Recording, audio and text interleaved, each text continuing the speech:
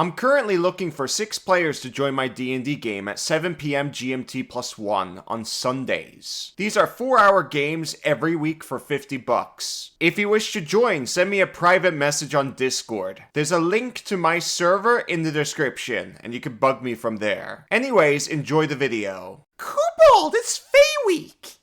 Yay! Oh boy, Fae. I don't like Fae. I've had many bad experiences with them, and they're incredibly good at making me feel really stupid. But Kobold, you are stupid! Editor, banish the gator now! Right, so Fae Week is an event where tons of other content creators come together to make content about Fae-related things. I'm just covering a good subclass for Warlock. In the description, there will be a playlist of everyone else's videos. Welcome to Pack Tactics, where I actually wanted to cover Conjure Fae, but it got nerfed to the ground. Look how bad it is. They turned it into spiritual weapon for some reason, which doesn't make any sense. It's so stupid. Anyways, Archfey Patron. Concept-wise, these guys have kind of become more appealing to me because Dragonborns can be hags now, which sounds really awesome. I would love to have one as a patron, as terrible as that sounds. But anyways, let's get started. Misty Step is your main spell for this subclass. You're going to get tons of features that upgrade this spell. Now, I might be discouraging you a little bit with what I have to say about it, but it is really important. The thing is, if you play well, you will almost never cast a spell, which means you won't be using your class features that much. Wait, so Archfey is bad?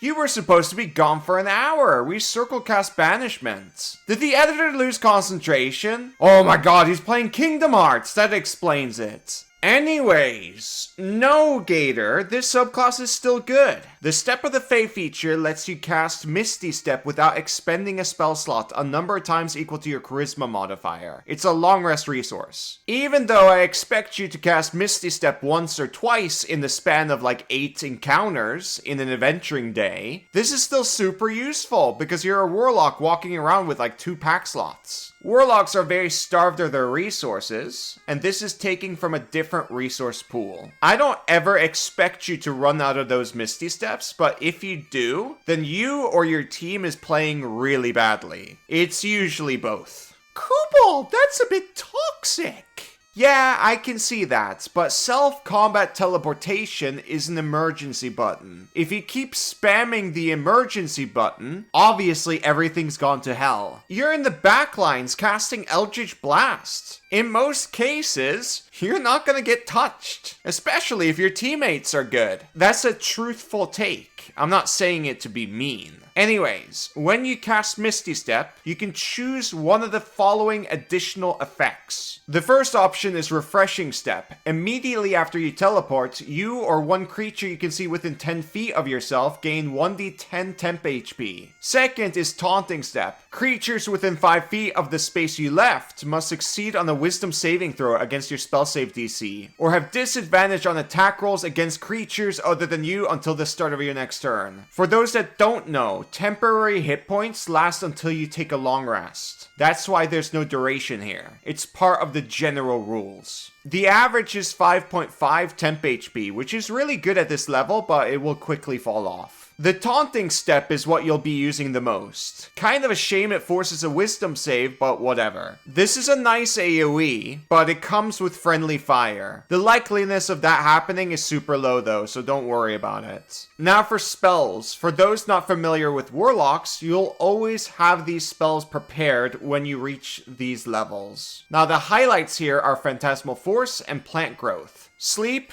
Greater Invisibility, and Seeming are okay. This is a great list. You'll be using more than your main features. That might be a turnoff for some of you, but it's just true. You don't need that many Misty Steps. Phantasmal Force is your single target shutdown spell. It forces an intelligence save, which is the best save in the game. Enemies will usually have a 70% chance to fail. When they fail, you can completely shut down the enemy by putting them in an Iron Maiden or something. For more details about this spell, check out this video. Plant Growth is a 100-foot radius sphere. Like, look how big that is. That's insane. It's not concentration, and creatures moving through the area must spend 4 feet of movement for every 1 feet it moves. It's not difficult terrain or half movement, which means it stacks with those effects which can cause total shutdown. It's one of the best spells in the game. And you've got your fancy Misty Step, so it does combine well. Phantasmal Force and Plant Growth is what I expect you to cast the most. And of course there's Circle Casting, but anyways, you get the point. Level 6, Misty Escape. Upgrades Misty Step further, where if you take damage, you can cast Misty Step as a reaction, and you get 2 additional options when you cast a spell. With Disappearing Step, attack rolls against you have disadvantage, and you can't be targeted by sight-based spells. AoEs can still affect you though. This invisibility triggers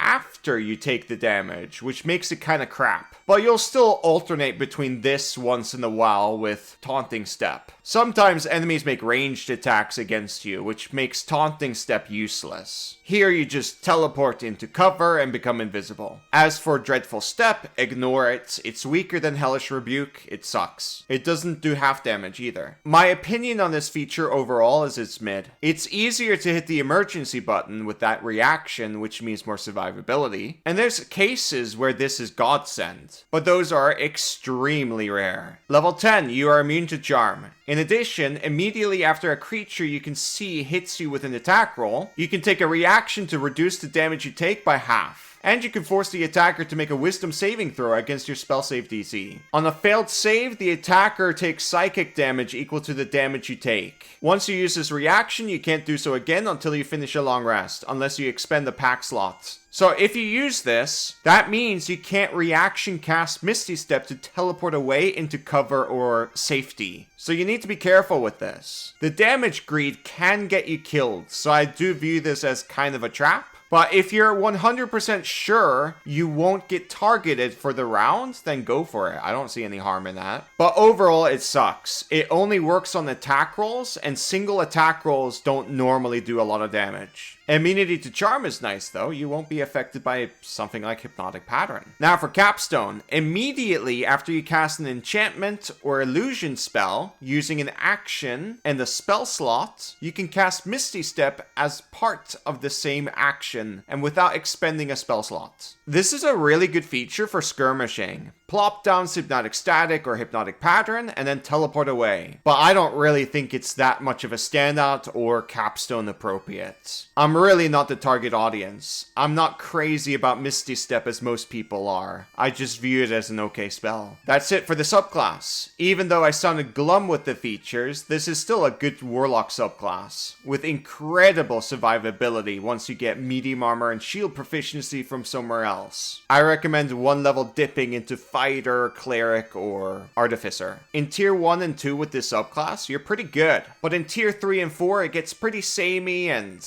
it doesn't really feel like you're progressing much. But they're nice to have, I suppose. It does help with survivability. Anyways, end the video. Please consider joining my D&D game on Sundays. Maybe you can play an Archfey. It was at 7 PM GMT +1. These are 4-hour games every week for $50. Link in the description for my Discord server, and from there you can just send me a private message. Anyways, thank you for watching. Bye-bye.